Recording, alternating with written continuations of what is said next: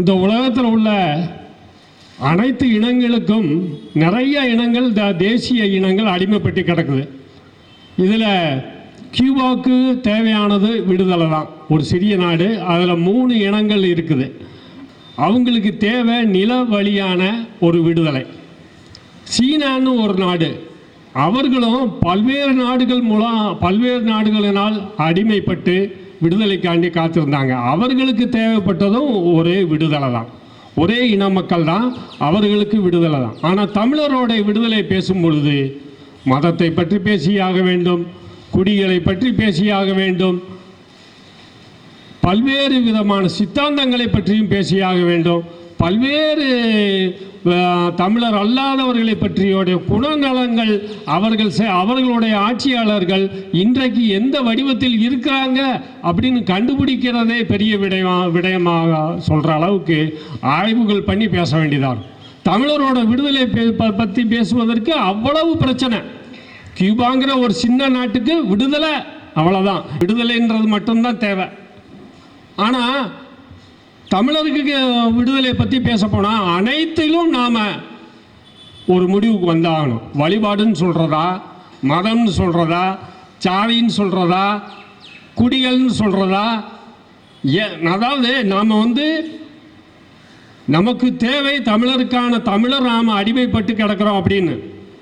இப்போது தமிழ் தேசியத்திலும் குழப்பம் பண்ணி வச்சுருக்கிறாங்க. நாளைக்கு திராவிட முன்னேற்ற கழகத்தில் தெலுங்கர் மு.க. ஸ்டாலின் அவர்களுடைய தலைமையில் தமிழ் தேசிய பிரிவுன்னு சொல்லி ஆரம்பித்தாலும் ஆரம்பிப்பாங்க, அல்லது அந்த கட்சியை கூட தமிழ் தேசிய கட்சின்னு கூட மாற்றிக்குவாங்க. இதை கேட்பதற்கு இங்கே ஆள் கிடையாது. அந்த அளவிற்கு நமது குடும்பத்தார்கள், நமது உறவினர்கள் அங்கே சுயநலமாகவும் மற்றும் நம்மை நாமே அடிமையாக அங்கே வைத்திருக்கிறோம், நம்ம அடிமையாக அவருக்கு கொடுக்கப்பட்டுட்டோம் அப்படிங்கிறது உணராமல் நம்மளுடைய உறவினர்கள் இன்னும் அங்கே இருந்துகிட்டு இருக்காங்க. அந்த அளவுக்கு இங்கே சித்தாந்தங்கள் உளவியலாக இங்கே தமிழர்கள் அடிமையாக வைக்கப்பட்டு இருக்கின்றாங்க. அப்போ குடிகள் என்று தான் நாம் சொல்லணும். ஜாதிகள் அப்படின்னாவே ஒருத்தன் உயர்ந்தவன் ஒருத்தன் தாழ்ந்தவன், அதில் எப்படி நாம் சமத்துவம் நாம் காண முடியும், அதில் எப்படி நாம் விடுதலை காண முடியும்? ஆனால் நம்ம யாரையுமே உயராகவும் தாழ்வாகவும் நினைக்கக்கூடிய பண்பு அடிப்படையாகவே தமிழர்கிட்ட கிடையாது.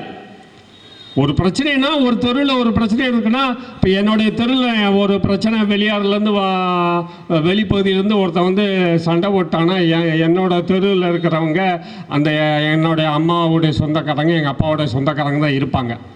அப்போ அவர்கள் உடனடியாக அது எந்த தவறுன்னே தெரியாமல் எனக்கு ஆதரவு தெரிவித்து அதை பிரச்சனையாக மாற்றும் பொழுது தான் இது பிரச்சனையாக மாறுது. அப்போ இது இயற்கையாக உள்ள ஒரு பண்பு, ஒரு நட்பு முரண் மாதிரி தான். அதை சரியான முறையில், நியாயமான முறையில் தீர்க்கப்பட்டோம் அப்படின்னா அந்த ஜாதிங்கிற அந்த வேற்றுமை நியாயம் என்பது கடைபிடிக்கப்பட்டிருந்தா இந்த ஜாதிங்கிற இது நிலைநாட்டப்படாது. அப்போ நம்மளுடைய தமிழர் குடிகள் என்பதே இந்த உயர்வு தாழ்வு இல்லாதது தான். அதை விட்டு இந்த ஜாதிங்கிறதே சொல்ல வச்சு இன்னைக்கு தமிழர் குடின்னா என்னன்றதே தெரியாத அளவிற்கு அதை சொன்னால் புரியாது. நம்ம ஜாதியிலே சமத்துவம் காணுவோம், ஜாதியில் எங்கிட்டு சமத்துவம் காண முடியும்? ஒருத்தர் உயர்ந்தவன் ஒருத்தர் தாழ்ந்தவன், அதற்கு பேர் தான் ஜாதி. அப்போ நம்ம தமிழர் குடிகள் அப்படி இருந்துச்சா ஆரம்பத்தில்னா? இல்லை. இந்த குடிகள் மேலே இந்த ஜாதிங்கிற வர்ணாசிரமத்தை கொண்டு புகுத்துறாங்க. அப்போ இந்த தமிழர் குடிகள்னு இல்லை. திண்டுக்கல்லில் தமிழர்கள், மதுரையில் தமிழர்கள், சென்னையில் தமிழர்கள், கோயம்புத்தூரில் தமிழர்கள், கொங்கு பகுதி இந்த மாதிரி தான் இருந்தாங்க அப்படின்னு வச்சுக்கோமே. அப்பயும் இந்த ஜாதியை பூத்திடுவான். திண்டுக்கல்லில் உள்ளவங்களாம் இடையர் ஜாதி, திருநெல்வேலியில் உள்ளவங்களாம் தாழ்ந்த ஜாதி, சென்னையில் உள்ளவங்களாம் உயர்ந்த ஜாதி அப்படின்னு சொல்லிடுவான். அப்போ நான் திண்டுக்கல்ல இருந்து வந்தேன்னு சொல்லக்கூடாதா? அப்போ நான் திருநெல்வேலியிலேருந்து சொல்லக்கூடாதா? அப்போ இந்த வேற்றுமையை புகுத்திய வேற்றுமையை எடுக்கணும். அதே போல் நம்மளுமே தமிழ் தேசியம், நம்ம இப்போ தமிழர் தேசியமாகவே வந்துட்டோம். அப்போ இந்த தமிழர் தேசியத்திலையும் நாம் என்ன சொல்ல வர்றோம்? நம்மளுடைய வரலாற்றையும் அரசியலையும் நடப்புகளையும் நியாயங்களையும் வாலிலிருந்து தலைக்கி கொண்டு போகிறோம். அவனும் அதே மாதிரி தான் செய்கிறான். நீங்கள் எல்லாம் நம்ம இங்கே தமிழர்களில் ஜாதிகளாக சண்டை போட்டுக்கிட்டு இருக்காங்க. அதுக்கு முன்னாடி எப்படி இருந்தோம்? அப்போ அதுக்கு முன்னாடி இந்த ஜாதிங்கிறது இங்கே பூத்தப்படுவதற்கு முன்னாடி தமிழர் குடிகளாக அண்ணன் தம்பிகளாக இருந்தோம். எங்கள் வீட்டில் 4 பேர், 2 அக்கா, ஒரு அண்ணன், நான் 4வது ஆள் ராஜா நான். அப்போது எல்லோருக்குமே ராஜானா பேர் வைப்பாங்க. எங்கள் அக்கா 2 பேருக்கு செல்வி, ராதா, எங்கள் அண்ணனுக்கு வீரமணி, எனக்கு பேர் ராஜா. இதே போலத்தான் அந்த ஒவ்வொரு திணைகளிலும், திணையின் குடிகளிலும், அந்த குடியின் கிளைகளிலும், அதன் உட்பிரிவுகளுக்கும் ஒவ்வொன்றும் பேர் வந்துச்சு. ஒவ்வொரு பிள்ளைக்கும் ஒவ்வொரு பேர் மாதிரி. அண்ணன் வீட்டில் அண்ணன் தம்பின்னு ஒரு சில அண்ணன் தம்பி என்ற முரண் தான். அது நட்பு முரண் தான், அது பகை முரண் கிடையாது. அண்ணனும் தன் தம்பியும் சண்டை போட்டு கொள்ளணும் அப்படிங்கிறது தான் ஜாதி. அண்ணனும் தம்பியும் ஒரே குடும்பத்தை சேர்ந்தவன் அப்படிங்கிறது தான் தமிழர் குடி உறவு முறை. இதை நாம முதல்ல இருந்து நம்மளே சொல்லலை அப்படின்னா, நம்மளை பற்றி நாமளே சொல்லலைன்னா யார் சொல்லுவா? அப்போ அதுதான் அந்த மாதிரி அடிப்படையில் நாம் கொண்டு வருவோம். அந்த கதைகளை சொல்லி கொண்டு வருவோம். அந்த உண்மைகளை நாம் சொல்லி கொண்டு வரும் பொழுது இது வேகமாக எடுத்து செல்லப்படும். மீண்டும் மீண்டும் நம்ம ஜாதியில் ஒற்றுமையாக இருப்போம். தேவர், தேவேந்திரர், வன்னியர், குடும்பர், காலாடி, செட்டியார், கம்மாளர், இவர்கள் அனைவரும் இவர்கள் பிராமணர்கள் உருவாக்கியதா? பிராமணர்கள் வைத்த பேரா? தெலுங்கர் விஜயநகர ஆட்சி காலத்தில் கொண்டு வந்த பேரா? இல்லை இல்லை, நமது தாய் தகப்பனார் நமக்கு வைத்த பேர். இந்த தமிழர் தாய் நமக்கு வைத்த பேர். ஒவ்வொரு பிள்ளைகளுக்கும் வைத்த பெயர். ஒவ்வொரு பிள்ளைகளும் சண்டை போட்டுக் கொள்ள வேண்டும் என்று வைத்த பெயர் அல்ல. அப்ப அதை நாம புரிந்து கொண்டு அந்த எல்லா வரலாற்றையும் முதலிருந்து சொல்லுவான். இயேசுநாத வரலாற்றை முதலிருந்து சொல்லுவான். முகமது நபி வரலாற்றை முதலிருந்து சொல்லுவான். இந்திய வரலாற்றை முதலிருந்து சொல்லுவான். அலெக்சாண்டர் வரலாற்றை முதலிருந்து சொல்லுவான். யூரோப் எப்படி உருவாச்சுன்னு முதலிருந்து சொல்லுவான். தமிழர் வரலாற்றை மற்றும் பின்னாடி இருந்து முன்னாடி போய் பாதி வரைக்கும் கூட நிறுத்திடுவான். நம்ம வரலாற்றை நாம முதல்ல இருந்து கொண்டு வர வேணும். இதுக்கு உதாரணமாக தான் நம்ம குடியை எடுத்து சொன்னேன். இதே மாதிரி தான் அனைத்துமே. நமது அரசர்கள் வரலாறு, நமது விவசாய வரலாறு, நமது வழிபாட்டு வரலாறு என நிறைய இருக்குது. அப்போ என்ன நிறைய கட்சிகளாக வந்துக்கிட்டே இருக்கிறீங்க. நிறைய கட்சிகளாக வந்தால் இப்போ என்ன, ஒவ்வொரு பகுதியிலிருந்தும் தமிழர் தேசியம் வருகிறது. இங்கே தமிழர் மேடை போடணும். தமிழர் மேடை போட்டு தமிழர்கள் தலைவர்களாக உட்காந்துக்கணும். தமிழர்கள் மட்டுமே வரணும், கூடணும். தமிழர்களே ஆளணும். தமிழர்களே இங்கே பஞ்சாயத்து பண்ணணும். வேற யாரும் இங்கே மேடை போடக்கூடாது. இது இங்கே இப்போதுதான் நடக்க ஆரம்பிக்குது. இதனுடைய வேறுபாடு தான் தமிழ் தேசியம், தமிழர் தேசியம்.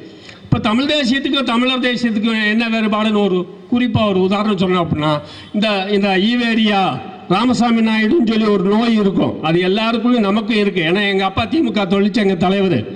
இங்கே இருக்கிறவங்கள கம்யூனிஸ்டோட தலைவரோட பையங்க இருப்பீங்க. இங்கே இருக்கிறதுல தலித்தியத்தோட தலைவரோட பையங்க இருக்கிறோம். இங்கே இருக்கிறதுல இந்திய கருத்தியலோட தலைவரோட பையங்கள் இருக்கிறோம். அந்த நோய் உள்ள இருக்கும். அந்த நோயை எதிர்க்கக்கூடிய சக்தி இந்த தமிழர் தேசிய சக்தி. இந்த சக்தி அதிகமாக இருக்கிற வரைக்கும் நம்ம தமிழர் தேசியம் பண்ணிட்டு இருப்போம். தெளிவாக பண்ணலை அப்படின்னா அந்த நோய் மேலே வந்துடும். அதே போலத்தான் இங்கே இருக்கிற தமிழ் தேசிய போராளிகள், தமிழ் தேசிய போலி தமிழ் தேசியவாதிகள் என்று தான் நாங்கள் சொல்லுவோம். அதில் அந்த கட்சிக்குள்ள உண்மையாக தமிழருக்கு விடுதலைக்கு தரப்போகுது, தமிழருக்கு விடுதலைக்கு பாடுபடுது அப்படின்னு நினைச்சு நம்ம உறவினர்கள், நம்ம தமிழர்கள் அங்கே இருக்கிறமே ஒழிய, இந்த தமிழ் தேசியம் என்ன செய்யுதுன்னு பாருங்க. கோவிலில் தமிழில் அர்ச்சனை செய்வதற்கு போராடுவாங்களாம். யார் வேண்டாம்னா, ஏன் தமிழர் குடிகளில் பிறந்த தமிழர்களை மட்டுமே அங்கே தமிழர்கள் அனைவரையும் அர்ச்சகராக்குவோன்னு சொல்லி போராடின என்ன? இந்த போராட்டத்துக்கு ஒரு 15 வருஷம் தமிழர்கள், அதாவது தமிழ் மொழி வழிபாட்டு மொழியா வைப்போம் அப்படின்னு சொல்லி. அப்போ பனைமரம் ஏறி பாளையம் சீவுறதுக்கு ஒரு முறை ஏறுறது, அப்புறம் பதனி இறக்கிறதுக்கு ஒரு முறையாக ஏறுவாங்க. அப்போ இப்போ நடக்கிற போராட்டத்திலேயே தமிழர்கள் அங்கே அர்ச்சகர்களாக போடணும் அப்படின்னா, அங்கே போயிட்டு அவன் தமிழர் இத்தாலி மொழியிலே அர்ச்சனை பண்ண போகிறான். இதைத்தான் செய்கிறாங்க. நான் பேர் சொல்ல விரும்பல அவர்களை. நாங்கள் கட்டமைச்சுக்கிட்டு தான் அடிப்போம். கட்டமைச்சிருக்கோம். இன்னைக்கு 28/7/2024 இன்றைக்கு தமிழர் குடியரசு கட்சி வருது. இதனுடைய பலம் இனிமே தான் தெரியும். இதே போன்றவர்கள் அனைவரும் ஒருங்கிணைக்கும் வேலையைத்தான் தமிழர் தேசிய கூட்டமைப்பா நாங்கள் எடுத்துக்கொண்டு வரோம். ஒருங்கிணைப்பு இங்கே தான் வரணும்னு இல்லை, இவர்கள் நாம போய் இதை பரப்பணும். அப்போ இதில் உள்ள சூட்சமத்தை பார்த்துக்கணும். அதே மாதிரி தான் அவர்கள் வந்து என்ன சொல்லுவாங்க, இவர்கள் இந்த தமிழ் தேசிய போராளிகள் வந்து வட இந்திய எதிர்ப்பாளர்கள், தமிழ் தேசிய போராளிகள் கிடையாது. எங்கே போனாலும் வட இந்தியர்களை எதிர்ப்போம், வட இந்தியர்களை எதிர்ப்போம். அப்போ இங்கே வந்து தமிழர்களுக்கும் தெலுங்கர்களுக்கோ, தமிழர்களுக்கும் மலையாளிகளுக்கோ, தமிழர்களுக்கும் கன்னடர்களுக்கோ இங்கே பிரச்சனை எதுவுமே இல்லையா? எல்லை பிரச்சனையை சொல்லலை, அவர்கள் பகுதியில் ஒரு பிரச்சனையை சொல்லலை. நம்ம தமிழர் நாட்டில் நம்ம பகுதியில் தமிழருக்கும் தமிழர் அல்லாத தெலுங்கர்களுக்கும் பிரச்சனை இல்லையா? அப்போ தமிழர் அல்லாதவரே வெளியேற்றுன்னு இவன் என்னைக்குமே போராட மாட்டான் இந்த போலி தமிழ் தேசியவாதி. இங்கே எதுக்கு நம்ம தமிழ் தேசியம் தமிழர் தேசியம் வந்திருக்கோம்?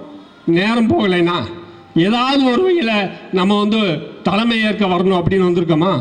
தமிழர் நாட்டில் நம்ம வீட்டில் நம்மளை வாழ விடாத அளவுக்கு தமிழர் அல்லாதவர்களுக்கு மூலியமாக பிரச்சனை. அதில் முதன்மையாக இருப்பது தெலுங்கர்கள் தான், அதற்கு அடுத்து பிராமணர்கள். அப்படின்னும் போது இந்த இரண்டு பேர்களிலும் எதிர்ப்பதில் ஒருவரை மட்டும் எதிர்ப்பது, ஒருவரை விட்டு விடுவது என்பதை மட்டுமே இங்கே செய்து கொண்டே இருக்கிறாங்க. அவர்களுக்கு ஒழுங்காக செயல்படுது. ஐயா சீதை மைந்தன் அவர்கள் சொல்லுவாங்க, 1000 வருடமாக நம்ம ஆளாமல் இருந்ததுனால கடைசியில் எவன்டாண்ண நம்ம குடும்பம் மட்டும் எப்படியா தப்பிச்சுன்ற ஒரு உணர்வுக்கு நம்ம தமிழர்கள் எல்லாம் வந்துட்டோம். யாராண்டா என்ன,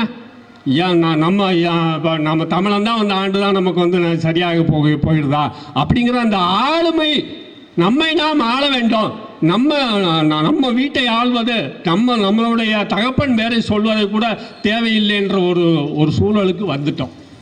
அப்போ இந்த மீண்டும் இங்கே வருவோம், தமிழர் அல்லாதவர். அப்போ இந்த தமிழ்நாட்டில் நம்ம சொந்த வீட்டில், நம்ம இந்த சொந்த நாட்டில் தமிழருக்கும் தமிழர் அல்லாதவருக்கும் உரிமை பிரச்சனை.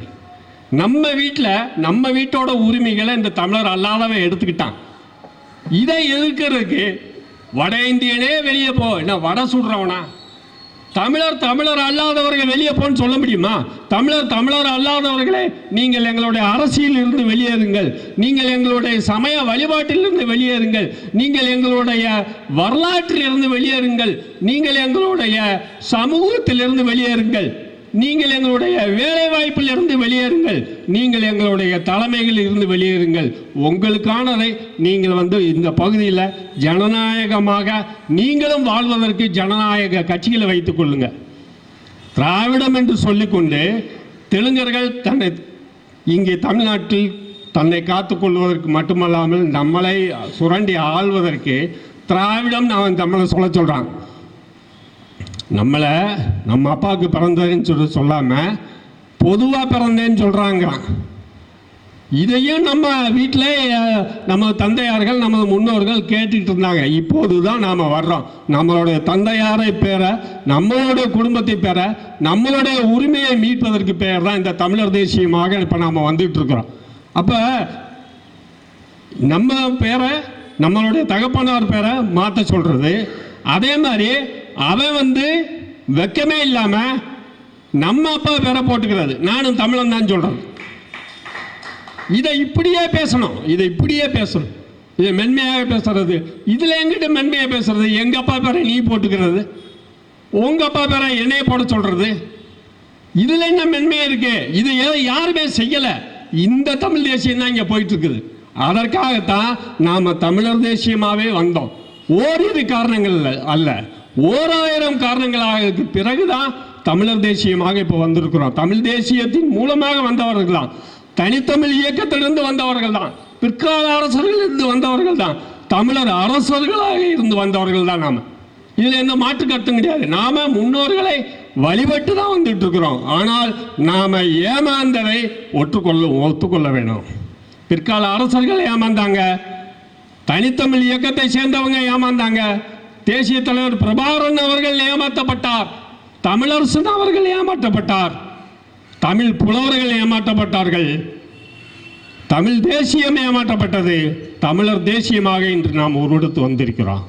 தமிழர்களாக தமிழர் மேலும் எழும் பொழுது தமிழர்களை அர்ச்சகர்களாக கோயிலுக்கு உள்ளே செல்லும் பொழுது தமிழ் தன்னால் வந்துட்டு போகுது.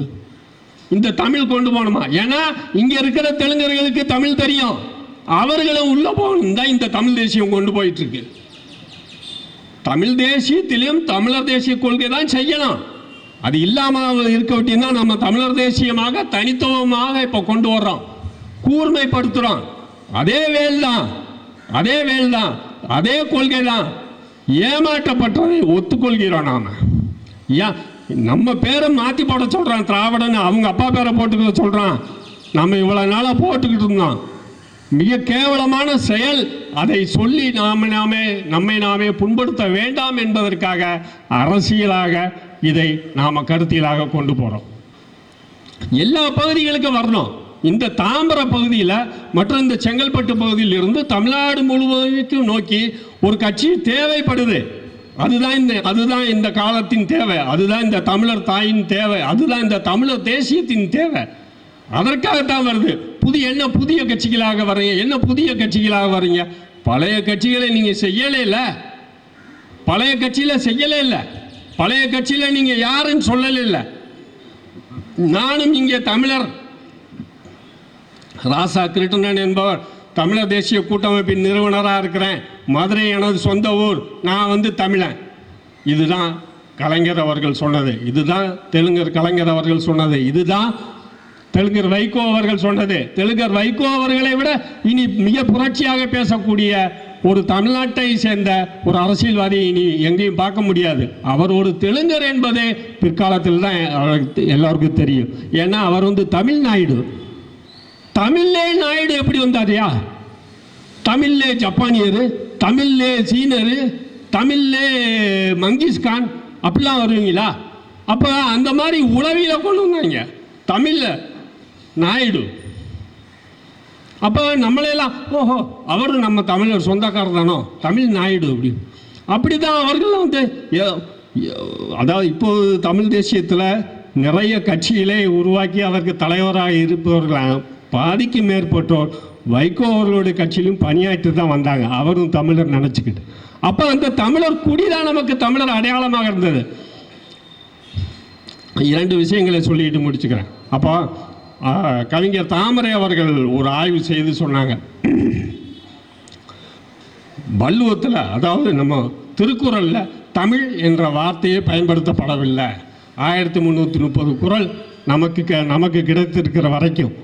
அப்போ அதில் தமிழ் என்ற வார்த்தையை பயன்படுத்தப்படலை. அப்போ காரணம் என்ன? என் வீட்டில் இந்த வீட்டுக்கு சொந்தக்காரன் நானும் சொல்லி நெத்தியில் போட்டுக்கிட்ட எழுதிட்டு உட்காந்துருப்பேன். திருக்குறளில் தமிழ் என்ற வார்த்தையே பயன்படுத்தப்படல. திருக்குறள் என்பது தமிழ், தமிழ் என்பது திருக்குறள். நாடார் என்பவர் தமிழர், தமிழர் என்பவர் நாடார், பறையர் என்பவர் தமிழர், தமிழர் என்பவர் பறையர். இதில் என்ன உனக்கு சிக்கல் இருக்கு? இதில் என்ன உனக்கு சிக்கல் இருக்கு?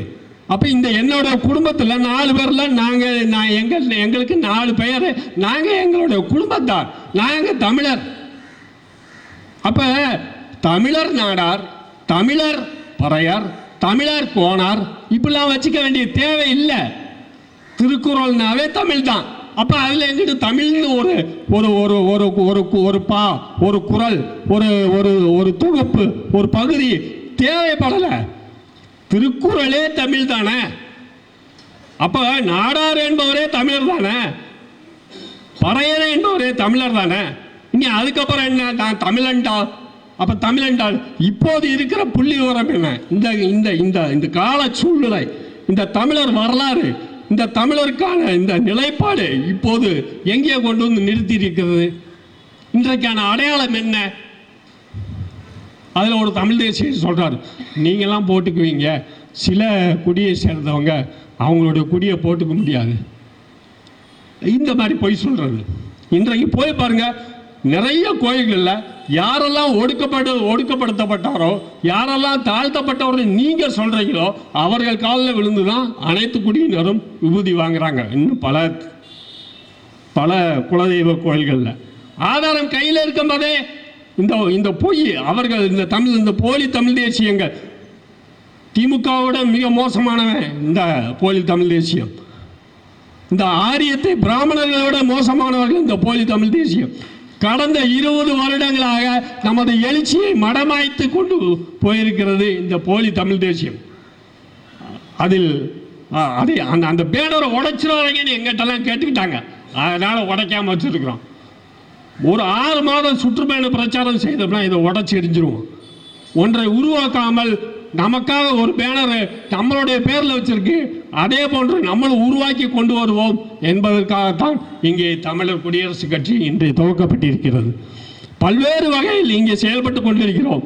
பல்வேறு வகையில் இன்றைக்கு திருச்சியிலிருந்து கன்னியாகுமரி வரைக்கும் தமிழர் குடிகளில் எந்த ஒரு மிகப்பெரிய சண்டையும் ஒரே குடியை சேர்ந்தவர்கள் 2 மாதத்தில் 30 பேர் 20 பேர் 40 பேர் கொல்லப்பட்டாலும் அது 2 மாவட்டத்திலேயோ ஒரு மாவட்டத்திலேயோ அல்லது சில ஒரு 4-5 ஊர்களிலோ பதட்டப்படும் அளவிற்கு இப்போது சூழ்நிலை வராத அளவிற்கு நாங்கள் களத்தில் வேலையை செஞ்சுக்கிட்டு இருக்கோம்.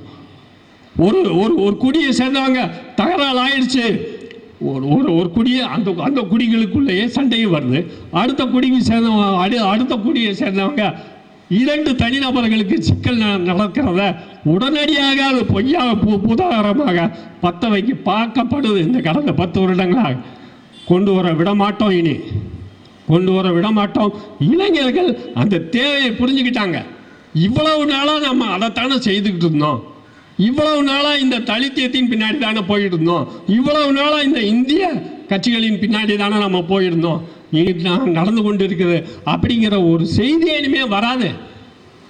அந்த நிலைமையில தான் இந்த தமிழர் தேசிய கட்சிகள் இங்கே உருவாகி கொண்டிருக்கின்றன. இந்த தமிழர் தேசிய கட்சிகள் அதனுடைய அடிப்படை தான் இங்கே தமிழ்மணி ஆசாரி, காந்தி படையாச்சி, மதன் பறையனார் அவர்கள், அருண்குமார் நாயக்கர், ஜெயக்குமார் பறையனார். அப்போ ராசா கிட்ட மதுரையில் இருக்க நான் வந்தவன், நான் வந்து தமிழன், அவ்வளோதான். அப்படி நான் அது கலைஞர் சொன்னதுக்கு தான் சமம். கலைஞர் அவர்கள் தன்னை தமிழர் தானே சொல்லிக்கிட்டாரு. எந்த குடின்னு சொன்னாரா? வைகோ அவர்கள் எந்த குடின்னு சொன்னாரா? இங்கே இருக்கிற தமிழ் தேசியம் சொல்லிட்டு இருக்கிறவங்க தன்னை தமிழர்னு சொல்லிக்கிறாங்களே, தமிழர் குடியை பற்றி சொல்கிறாங்களா? அப்போ நீ தானே வசதி இருக்கு தாழ்ந்து இருக்கு அப்படி நீ தானே அந்த கருத்தை இன்னும் நிலைநிறுத்துற. அப்போ தமிழர் குடி அகமுடையார் குடி என்னது தமிழருக்கான அடையாளம் சொன்னால் நான் வந்து இன்னொரு தேவேந்திரருக்கு எதிரானவன், நான் அகமுடையாருன்னு சொன்னால் ஒரு நாடாருக்கு எதிரானவன், நான் அகமுடையாருன்னு சொன்னால் ஒரு முதலியாருக்கு, நான் அகமுடையாருன்னு சொன்னால் ஒரு கோணாருக்கு எதிரானவன். இந்தபடி இந்த இதை உடைக்கணும். இதை உடைத்தறிந்து நமது தமிழர் குடியரசுக் கட்சி இன்று துவங்கி இருக்கிறாங்க. இதை அந்த அறிக்கையை பார்த்த உடனே மிக்க மகிழ்ச்சி. விடுதலைக்கான திறவுகோல் இனம் கண்டறிதலில் தோற்று போனோம், இனம் கண்டறிதலில் தோற்று போனோம். கலைஞர் யாரு? தமிழர்.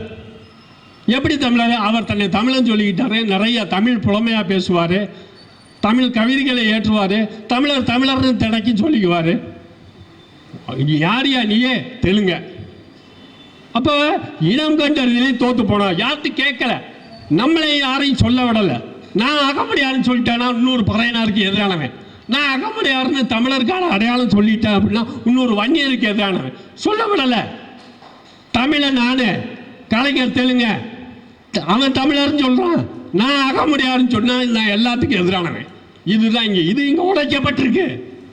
தமிழர் குடியரசுக் கட்சியில் அது உடைக்கப்பட்டிருக்கு. தமிழர் குடியரசுக் கட்சியில் உடைக்கப்பட்டிருக்கு. நமது தமிழரின் விலங்கு உடைக்கப்பட்டிருக்கு. இதுதான் இதன் அடிப்படையில் தமிழர் குடியரசுக் கட்சி என்றும் நடந்தேறி தமிழருக்கான விடுதலை எடுத்து சொல்லுவேன் என கூறிக்கொண்டு விடைபெற்றுக் கொண்டிருக்கிறேன். நன்றி, வணக்கம்.